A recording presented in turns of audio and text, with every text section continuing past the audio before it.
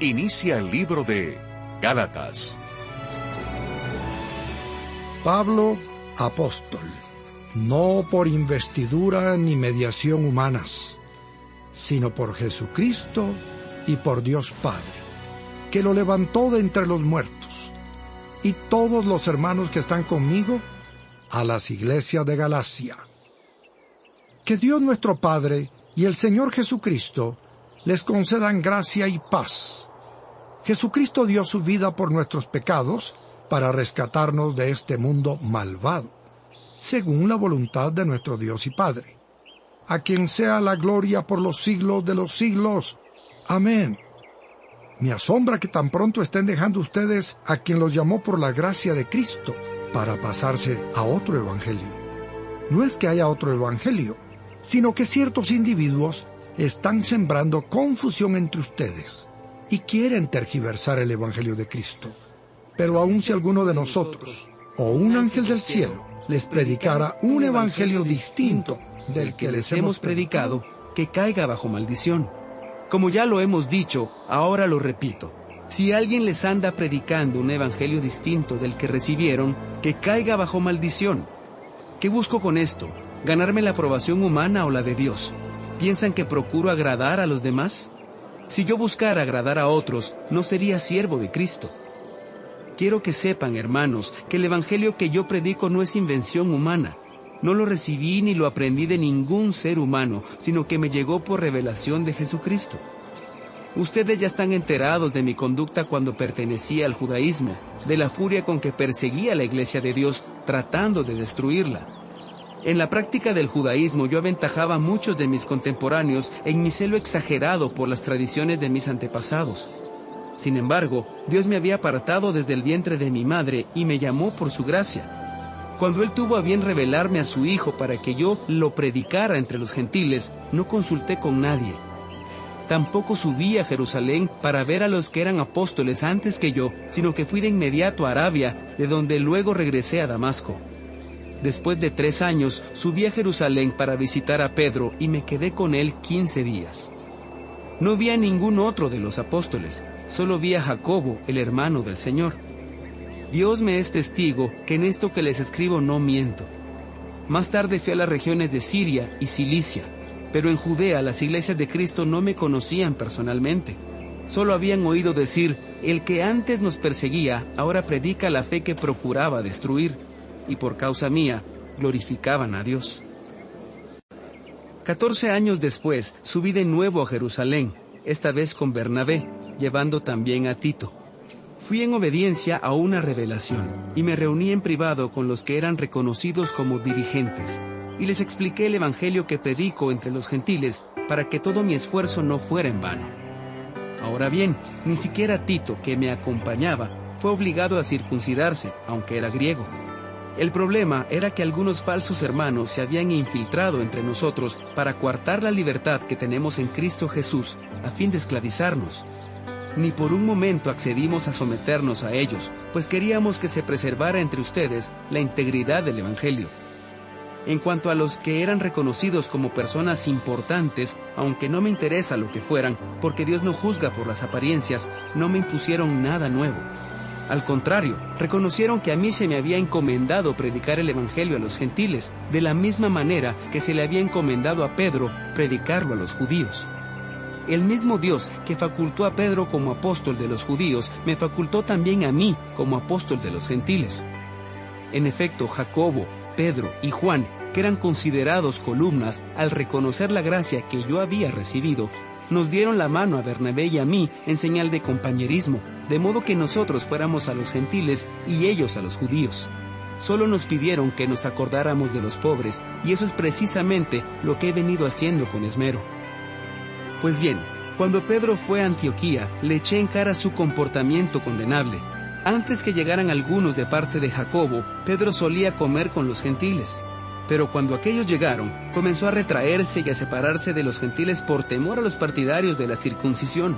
Entonces los demás judíos se unieron a Pedro en su hipocresía, y hasta el mismo Bernabé se dejó arrastrar por esa conducta hipócrita.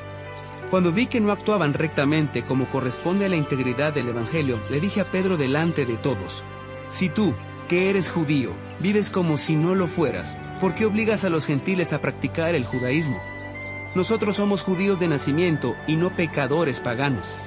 Sin embargo, al reconocer que nadie es justificado por las obras que demanda la ley, sino por la fe en Jesucristo, también nosotros hemos puesto nuestra fe en Cristo Jesús, para ser justificados por la fe en Él y no por las obras de la ley, porque por estas nadie será justificado. Ahora bien, cuando buscamos ser justificados por Cristo, se hace evidente que nosotros mismos somos pecadores. ¿Quiere esto decir que Cristo está al servicio del pecado? De ninguna manera. Si uno vuelve a edificar lo que antes había destruido, se hace transgresor. Yo, por mi parte, mediante la ley, he muerto a la ley, a fin de vivir para Dios.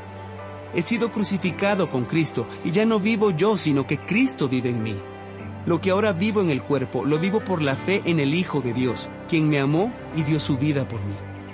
No desecho la gracia de Dios. Si la justicia se obtuviera mediante la ley, Cristo habría muerto en vano.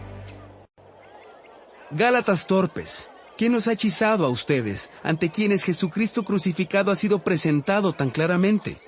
Solo quiero que me respondan a esto. ¿Recibieron el Espíritu por las obras que demanda la ley o por la fe con que aceptaron el mensaje? ¿Tan torpes son?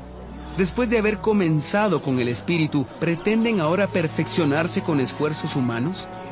¿Tanto sufrir para nada? Si es que de veras fue para nada. Al darles Dios su Espíritu y hacer milagros entre ustedes, ¿lo hace por las obras que demanda la ley o por la fe con que han aceptado el mensaje? Así fue con Abraham. Le creyó a Dios y esto se le tomó en cuenta como justicia. Por lo tanto, sepan que los descendientes de Abraham son aquellos que viven por la fe. En efecto, la Escritura, habiendo previsto que Dios justificaría por la fe a las naciones, anunció de antemano el Evangelio a Abraham. Por medio de ti serán bendecidas todas las naciones. Así que los que viven por la fe son bendecidos junto con Abraham, el hombre de fe.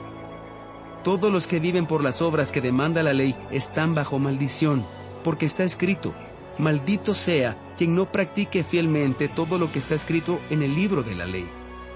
Ahora bien, es evidente que por la ley nadie es justificado delante de Dios, porque el justo vivirá por la fe. La ley no se basa en la fe. Por el contrario, quien practique estas cosas vivirá por ellas. Cristo nos rescató de la maldición de la ley al hacerse maldición por nosotros, pues está escrito: maldito todo el que es colgado de un madero. Así sucedió, para que por medio de Cristo Jesús, la bendición prometida a Abraham llegara a las naciones, y para que por la fe recibiéramos el Espíritu según la promesa. Hermanos, voy a ponerles un ejemplo. Aún en el caso de un pacto humano, nadie puede anularlo ni añadirle nada una vez que ha sido ratificado. Ahora bien, las promesas se le hicieron a Abraham y a su descendencia. La Escritura no dice «y a los descendientes» como refiriéndose a muchos, sino «y a tu descendencia», dando a entender uno solo, que es Cristo. Lo que quiero decir es esto: la ley, que vino 430 años después, no anula el pacto que Dios había ratificado previamente. De haber sido así, quedaría sin efecto la promesa. Si la herencia se basa en la ley, ya no se basa en la promesa. Pero Dios se la concedió gratuitamente a Abraham mediante una promesa. Entonces, ¿cuál era el propósito de la ley? Fue añadida por causa de las transgresiones hasta que viniera la descendencia a la cual se hizo la promesa. La ley se promulgó por medio de ángeles, por conducto de un mediador. Ahora bien, no hace falta mediador si hay una sola parte, y sin embargo Dios es uno solo. Si esto es así, ¿estará la ley en contra de las promesas de Dios? De ninguna manera. Si se hubiera promulgado una ley capaz de dar vida, entonces sí que la justicia se basaría en la ley. Pero la Escritura declara que todo el mundo es prisionero del pecado, para que mediante la fe en Jesucristo, lo prometido se les conceda a los que creen. Antes de venir esta fe, la ley nos tenía presos, encerrados hasta que la fe se revelara. Así que la ley vino a ser nuestro guía encargado de conducirnos a Cristo, para que fuéramos justificados por la fe. Pero ahora que ha llegado la fe, ya no estamos sujetos al guía. Todos ustedes son hijos de Dios mediante la fe en Cristo Jesús, porque todos los que han sido bautizados en Cristo se han revestido de Cristo. Ya no hay judío ni griego, esclavo ni libre, hombre ni mujer, sino que todos ustedes son uno solo en Cristo Jesús. Y si ustedes pertenecen a Cristo, son la descendencia de Abraham y herederos según la promesa. En otras palabras, mientras el heredero es menor de edad, en nada se diferencia de un esclavo, a pesar de ser dueño de todo. Al contrario, está bajo el cuidado de tutores y administradores hasta la fecha fijada por su padre. Así también nosotros, cuando éramos menores, estábamos esclavizados por los principios de este mundo. Pero cuando se cumplió el plazo, Dios envió a su Hijo, nacido de una mujer, nacido bajo la ley, para rescatar a los que estaban bajo la ley, a fin de que fuéramos adoptados como hijos. Ustedes ya son hijos. Dios ha enviado a nuestros corazones el Espíritu de su Hijo, que clama, Abba, Padre. Así que ya no eres esclavo, sino hijo, y como eres hijo, Dios te ha hecho también heredero. Antes, cuando ustedes no conocían a Dios, eran esclavos de los que en realidad no son dioses. Pero ahora que conocen a Dios, o más bien que Dios los conoce a ustedes, ¿cómo es que quieren regresar a esos principios ineficaces y sin valor?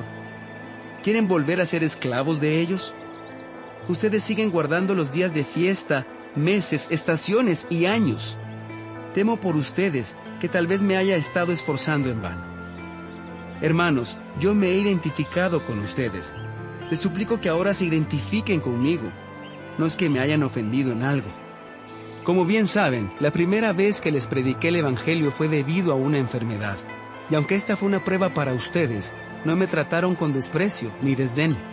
Al contrario, me recibieron como a un ángel de Dios, como si se tratara de Cristo Jesús. Pues bien, ¿qué pasó con todo ese entusiasmo? Me consta que de haberles sido posible, se habrían sacado los ojos para dármelos. Y ahora resulta que por decirles la verdad, me he vuelto su enemigo. Esos que muestran mucho interés por ganárselos a ustedes no abrigan buenas intenciones. Lo que quieren es alejarlos de nosotros para que ustedes se entreguen a ellos. Está bien mostrar interés, con tal de que ese interés sea bien intencionado y constante, y que no se manifieste solo cuando yo estoy con ustedes. Queridos hijos, por quienes vuelvo a sufrir dolores de parto hasta que Cristo sea formado en ustedes, ¿cómo quisiera estar ahora con ustedes y hablarles de otra manera? Porque lo que están haciendo me tiene perplejo. Díganme ustedes, los que quieren estar bajo la ley, ¿por qué no le prestan atención a lo que la ley misma dice? ¿Acaso no está escrito que Abraham tuvo 2 hijos, uno de la esclava y otro de la libre? El de la esclava nació por decisión humana, pero el de la libre nació en cumplimiento de una promesa. Este relato puede interpretarse en sentido figurado. Estas mujeres representan 2 pactos. Uno, que es Agar, procede del monte Sinaí y tiene hijos que nacen para ser esclavos. Agar representa el monte Sinaí en Arabia y corresponde a la actual ciudad de Jerusalén, porque junto con sus hijos vive en esclavitud. Pero la Jerusalén celestial es libre, y esa es nuestra madre, porque está escrito: tú, mujer estéril que nunca has dado a luz, grita de alegría. Tú, que nunca tuviste dolores de parto, prorrumpe en gritos de júbilo, porque más hijos que la casada tendrá la desamparada. Ustedes, hermanos, al igual que Isaac, son hijos por la promesa. Y así como en aquel tiempo el hijo nacido por decisión humana persiguió al hijo nacido por el Espíritu, así también sucede ahora. Pero ¿qué dice la Escritura? Echa de aquí a la esclava y a su hijo. El hijo de la esclava jamás tendrá parte en la herencia con el hijo de la libre. Así que, hermanos, no somos hijos de la esclava, sino de la libre. Cristo nos libertó para que vivamos en libertad. Por lo tanto, manténganse firmes y no se sometan nuevamente al yugo de esclavitud. Escuchen bien, yo, Pablo, les digo que si se hacen circuncidar, Cristo no les servirá de nada. De nuevo declaro que todo el que se hace circuncidar está obligado a practicar toda la ley. Aquellos de entre ustedes que tratan de ser justificados por la ley han roto con Cristo, han caído de la gracia. Nosotros, en cambio, por obra del Espíritu y mediante la fe, aguardamos con ansias la justicia que es nuestra esperanza. En Cristo Jesús de nada vale estar o no estar circuncidados, lo que vale es la fe que actúa mediante el amor. Ustedes estaban corriendo bien. ¿Quién los estorbó para que dejaran de obedecer a la verdad? Tal instigación no puede venir de Dios, que es quien los ha llamado. Un poco de levadura fermenta toda la masa. Yo por mi parte confío en el Señor que ustedes no pensarán de otra manera. El que los está perturbando será castigado, sea quien sea. Hermanos, si es verdad que yo todavía predico la circuncisión, ¿por qué se me sigue persiguiendo? Si tal fuera mi predicación, la cruz no ofendería tanto. Ojalá que esos instigadores acabaran por mutilarse del todo. Les hablo así, hermanos, porque ustedes han sido llamados a ser libres, pero no se valgan de esa libertad para dar rienda suelta a sus pasiones. Más bien sírvanse unos a otros con amor. En efecto, toda la ley se resume en un solo mandamiento: ama a tu prójimo como a ti mismo. Pero si siguen mordiéndose y devorándose, tengan cuidado, no sea que acaben por destruirse unos a otros. Así que les digo, vivan por el Espíritu y no seguirán los deseos de la naturaleza pecaminosa. Porque ésta desea lo que es contrario al Espíritu, y el Espíritu desea lo que es contrario a ella. Los dos se oponen entre sí, de modo que ustedes no pueden hacer lo que quieren. Pero si los guía el Espíritu, no están bajo la ley. Las obras de la naturaleza pecaminosa se conocen bien: inmoralidad sexual, impureza y libertinaje, idolatría y brujería, odio, discordia, celos, arrebatos de ira, rivalidades, disensiones, sectarismos y envidia, borracheras, orgías y otras cosas parecidas. Les advierto ahora, como antes lo hice, que los que practican tales cosas no heredarán el reino de Dios. En cambio, el fruto del Espíritu es amor, alegría, paz, paciencia, amabilidad, bondad, fidelidad, humildad y dominio propio. No hay ley que condene estas cosas. Los que son de Cristo Jesús han crucificado la naturaleza pecaminosa con sus pasiones y deseos. Si el Espíritu nos da vida, andemos guiados por el Espíritu. No dejemos que la vanidad nos lleve a irritarnos y a envidiarnos unos a otros. Hermanos, si alguien es sorprendido en pecado, ustedes que son espirituales deben restaurarlo con una actitud humilde. Pero cuídense cada uno, porque también puede ser tentado. Ayúdense unos a otros a llevar sus cargas y así cumplirán la ley de Cristo. Si alguien cree ser algo, cuando en realidad no es nada, se engaña a sí mismo. Cada cual examine su propia conducta, y si tiene algo de qué presumir, que no se compare con nadie. Que cada uno cargue con su propia responsabilidad. El que recibe instrucción en la palabra de Dios, comparta todo lo bueno con quien le enseña. No se engañen, de Dios nadie se burla, cada uno cosecha lo que siembra. El que siembra para agradar a su naturaleza pecaminosa, de esa misma manera cosechará destrucción. El que siembra para agradar al Espíritu, del Espíritu cosechará vida eterna. No nos cansemos de hacer el bien, porque a su debido tiempo cosecharemos si no nos damos por vencidos. Por lo tanto, siempre que tengamos la oportunidad, hagamos bien a todos, y en especial a los de la familia de la fe. Miren que les escribo de mi puño y letra, y con letras bien grandes. Los que tratan de obligarlos a ustedes a circuncidarse, lo hacen únicamente para dar una buena impresión y evitar ser perseguidos por causa de la cruz de Cristo. Ni siquiera esos que están circuncidados obedecen la ley. Lo que pasa es que quieren obligarlos a circuncidarse para luego jactarse de la señal que ustedes llevarían en el cuerpo. En cuanto a mí, jamás se me ocurra jactarme de otra cosa, sino de la cruz de nuestro Señor Jesucristo. Porque en el mundo ha sido crucificado para mí, y yo para el mundo.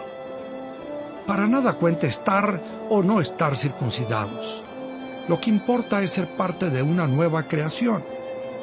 Paz y misericordia desciendan sobre todos los que siguen esta norma y sobre el Israel de Dios.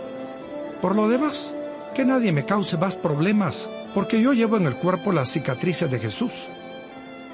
Hermanos, que la gracia de nuestro Señor Jesucristo sea con el espíritu de cada uno de ustedes.